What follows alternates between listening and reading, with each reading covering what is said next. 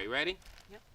All right. So we're back with Mr. and Mrs. King, and we're overlooking. I think what is this? The Wicomico River. Wicomico River. Beautiful scenery. Beautiful. It is a scenic river. What kind of fish out there? I've never fished it, but if I had to guess, I'd say catfish, might be a little bit of rockfish, perch. Okay. If Okay. it's anything like the Nanticoke River. Okay. So, may I ask, what do you do for a living? I'm retired. Wow. Hey, every morning I wake up, I feel like I'm tired again. Is that the same thing every time? Yeah, tired and retired. I actually do a little bit of handyman work, but Okay. just part-time. Do you spend any time down in the Tippecanoe area? I do. Okay. Okay. Quite a lot. My wife and I both work part-time at a farm down there. Okay, great. Now, I want to talk a little bit about the West Side Task Force. Is that how you say it? The West Side Community Task Force. What's that about? Well, about 2 years ago, Julie Giordano, not long after she was elected, wanted to start a group that could interact with the community, start addressing some needs, and she was friends with Joe Lappin. Mm-hmm. Great guy. Mutual friend, a waterman who was familiar with some of the needs down here, and specifically marinas, West Side Marine. Cedar Hill Marina and Nanticoke Harbor in particular. Mm-hmm. And we got together, a few of us, Lee Robertson, Yes. myself, Jeff Wharton, and Joe Lappin, created the West Side Task Force and started meeting with the community, addressing some of the needs.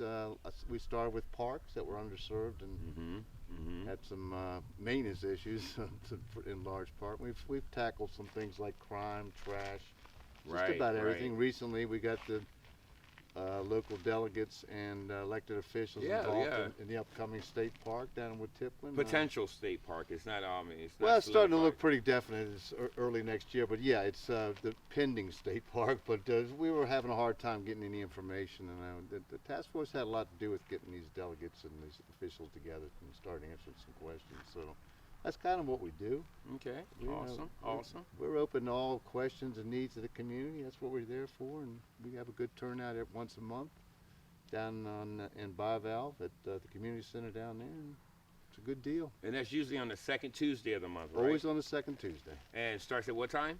6 o'clock to 7:30. All right, awesome. I have been able to make a couple of those meetings. Unfortunately, I can't make a lot of them because it's the same time that we actually volunteer at the Christian shelter. But I can tell you from my being there, it seems like there's a lot getting done. I want to touch on the fact that you said that the county executive had her hand in getting this together. I can actually fast forward back a little bit, actually a little over 3 years ago when she was the candidate. And of course, I'm from Weetipquin. For anybody that doesn't know that, I'm from Weetipquin. And one of the reasons why I even got into what we're doing right now is because of the needs that were not getting taken care of on the west side of the county. Now, we know what politicians say when they're running, right? Everything you want to hear. Exactly. So when I brought these to then elected officials, and then we had a town hall down at the West Side Firehouse. She then was a candidate, said, look, I would love to see some kind of a committee or maybe some kind of a council down there, because it's down there's a lot of what they call hamlets, which I didn't even know what a hamlet was until within the last 4 years. There's a lot of little hamlets, but there's no mayor, there's no council, so it was very unrepresented. So it's unique to hear that you said that they put this together. Now, is this commissioned or anything yet? It's not. We looked at that originally and decided to keep it informal for a number of reasons. Recently, though, we're starting to look at it. I think we're going to be, at next month's meeting, we're going to be starting to present it to the community what the pluses and the minuses are of becoming a commission. I think there's a pretty good chance we're going to head that way. Sure. Thank you. And now, you both are people of faith. Yes, absolutely. Yes, God absolutely. first. Absolutely. Amen. Now, there's a councilman that here recently went on a little fire for praying, but is he a part of your Bible study? You're talking about James Wynn? Yes. Yeah, he's the at-large councilman. He is. Okay, so how's that Bible study going? It's great. It's the Bible study's been in existence for over 10 years. Wow. Yeah, it actually was started by Bill Warren in Allen Memorial Church Okay, okay. as part of an outreach to the community, and a few of the core members are still there. We have Mm-hmm. about 12 guys that are regulars right now. The number vacillates. We've got a couple of young guys. I'm probably the oldest one there. As a matter of fact, I'm sure I am. Knowledgeable. One Well, of the yeah. older The, seasoned. the wise one. Yeah, I There like you to go. You think gotta I have bring a your little bit wise of men. life wisdom there, hopefully. So yeah, it's a great group of Christian men. We don't have a lot of structure in terms of a guide. Right, right. We do right. we do it from experience, and we just dive in and we do a deep dive on on God's word, and it's Awesome. It's tremendous. Awesome. Now, does James play a part in it? Does he ever teach it? Does he kind of get involved, or he's just sitting there? no, he's more than sitting there. We have two guys. Jeff Wharton and Joe Lappin really are the leaders of the Bible study. Sure. But everybody contributes, expected to study. Okay. We know it's not. Right now we're in Revelation. We've been in it for weeks, so we know which chapter's coming up. And James is very much engaged, and he's got a lot to say every week. It's obvious he does the homework. I'm curious now. I mean, the percentage of the people that's on the neighborhood task force, how many of them actually come to the Bible study? It's three of us. About 3 of you? Well, it's Joe and I and Jeff are the three. Right. The three board members that are in Okay. Bible study. Good. James comes occasionally. Right. Well, he's the councilman, right? The Tuesday night thing is a conflict. When it's something feels like he can present to the task force, he's apt to be there. But Wow. yes, it's Joe, Jeff, and I are there every meeting. It's just unique. The reason why I brought that up is unique that this young man, 'cause I still call him a young man because, you know, if I compare his age to mine, he's literally a young man. To see that not only is he involved, because he's involved with the task force and working with things. I know him and Joe Lappin worked on some Waterman Absolutely. work there, but also he's not only there for that, like politicians can be, but he's also involved with Bible studies with the community as well. Absolutely. Wow, that's awesome. That's awesome. He's a member at Rockawalken Church, and that's where we meet. So that's been a great partnership as well. Sweet. Now, as far as it goes with some of the things that have been achieved, what have y'all seen achieved in this last 3.5 years?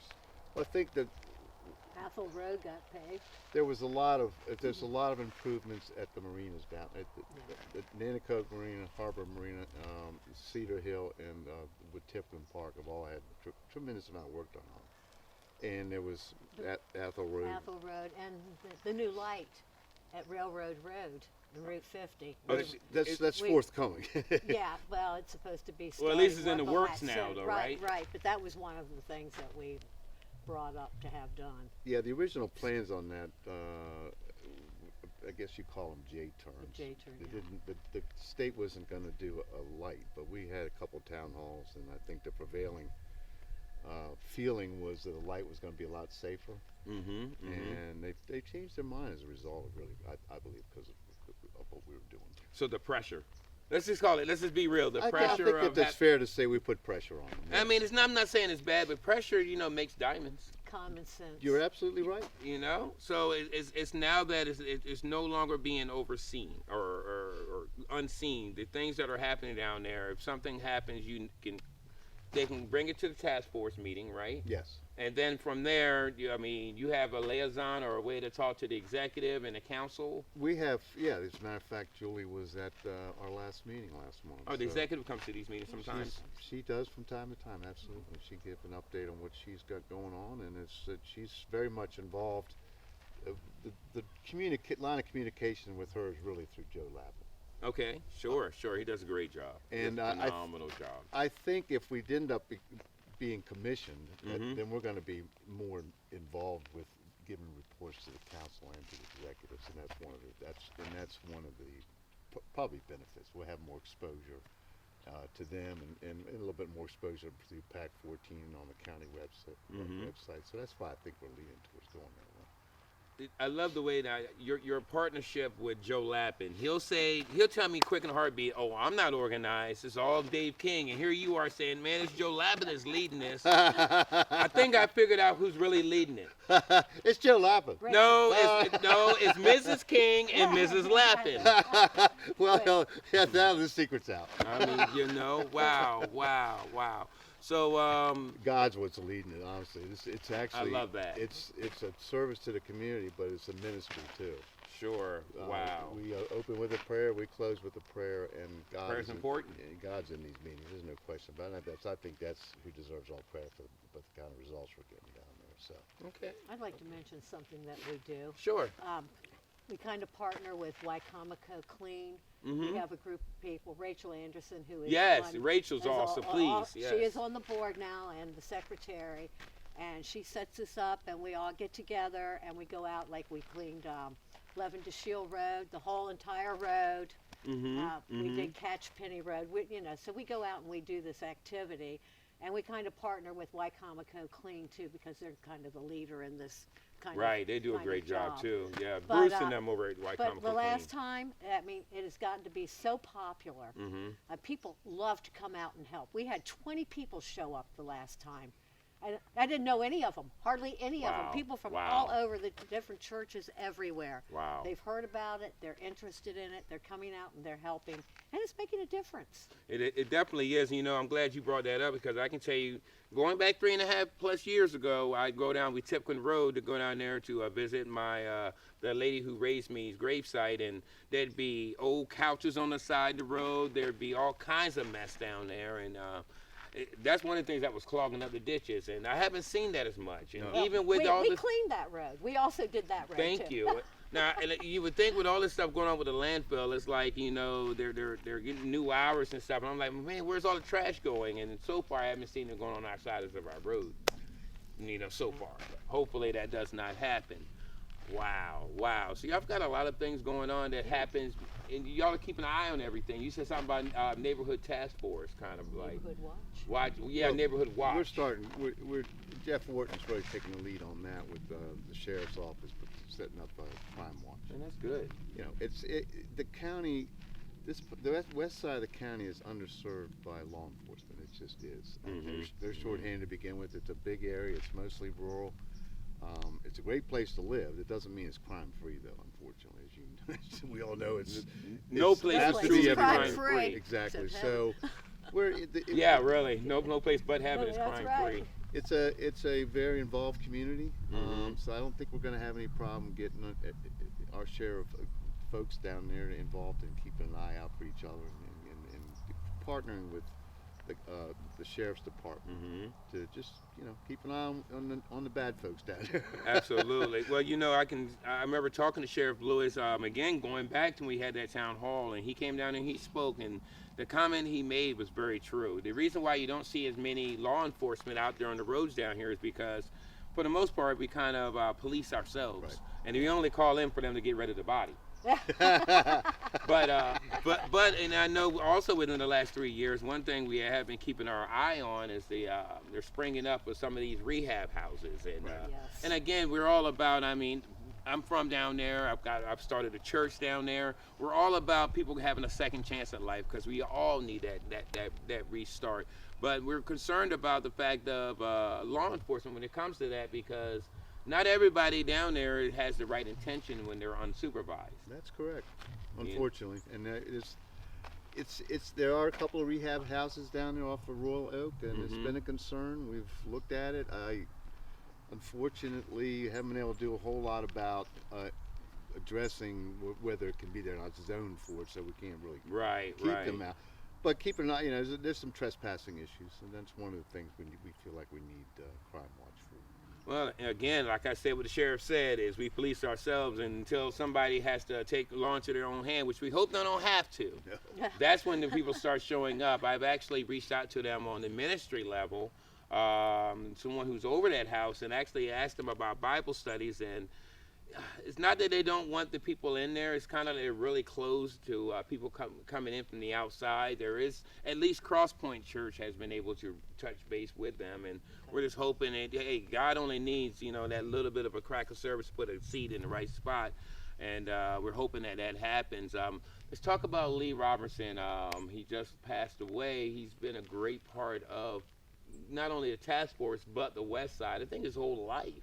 Yeah, I did not meet Lee until we started the task force. So it's very sad when he passed. And he was an important part of the task force. Very big part. The original board member. He brought a lot to the table. I mean, as secretary, sometimes we think in terms of minutes and agenda, but he did a lot of research on hot topics down there, and it's obvious.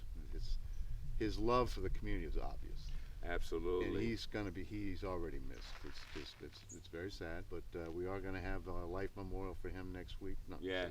I plan to be there as well. We're actually going to be traveling together to that, and I've been watching the last week or so some of the things that he's been a part about a lot of different spots within the county. He was a very big part of actually encouraging the executive to be elected because he was hearing what we heard at these town halls and wanted to see things in place. And I think I was talking to Joe maybe a week or so ago, or maybe I think it was Joe I was talking to, and he said that Lee was a little bit concerned if we do get this commission, whether or not they'll allow him to be part of the commission. He said, oh, they may never allow me to be a part of it. I don't think that would have been an issue. I think it was Julie was telling me about it. But yeah, he's definitely him and his sister Nancy. They've always been. And she's heading things down in Whitehaven up at the this is the school. Right. Yeah, as long as I've been a part of working towards making a change, they've been part of it. And even if they were just encouraging by just saying, "Hey, you're doing a great job." Before we close out, I do want to also, while we're talking about memorials and giving honor, Kimmy Box. I get a little goosebumps when I say that, and she created 349 Strong, which we all kind of connected through that Facebook page group. Some people think, oh, it's just social media, but you wouldn't believe how they actually connected during COVID, everybody. But Kimmy, she really wanted to be a part of everything that was going on, and especially at what we used to call boat ramp. It's not a boat ramp, it's a park. Okay, it's not a state park, but it is a park. She did get a couple of her dreams were actually fulfilled. There's a nice little fishing pier there, and they got a little handicap ramp. Yep. And if I'm not mistaken, did you get a chance to go down to the dedication of the swing? Yeah, I did. We did. The county executive, Julie, was there. Jeff Merritt, and quite a few people from Wetipwin and the surrounding areas. It was beautiful. It was beautiful. It's a great swing. It's a swing, not a bench. It's fantastic. It's kind of like the one that's over down there at Cedar Hill. Yes. And I know because my wife and I, you can't see her right now. She's back there going like this because she actually went down there and sat there. And I felt bad because I walked over there because I was like, man, beautiful sunset. My wife's sitting on the swing, but she's sitting over on this side. And I went to go sit there. She's like, you're sitting on Kimmy's lap. And now I'm seeing that they actually put a little plaque there, and it's a beautiful spot too. Wow. I know that as she's awaiting to hear go up yonder, she's definitely watching and smiling. No doubt.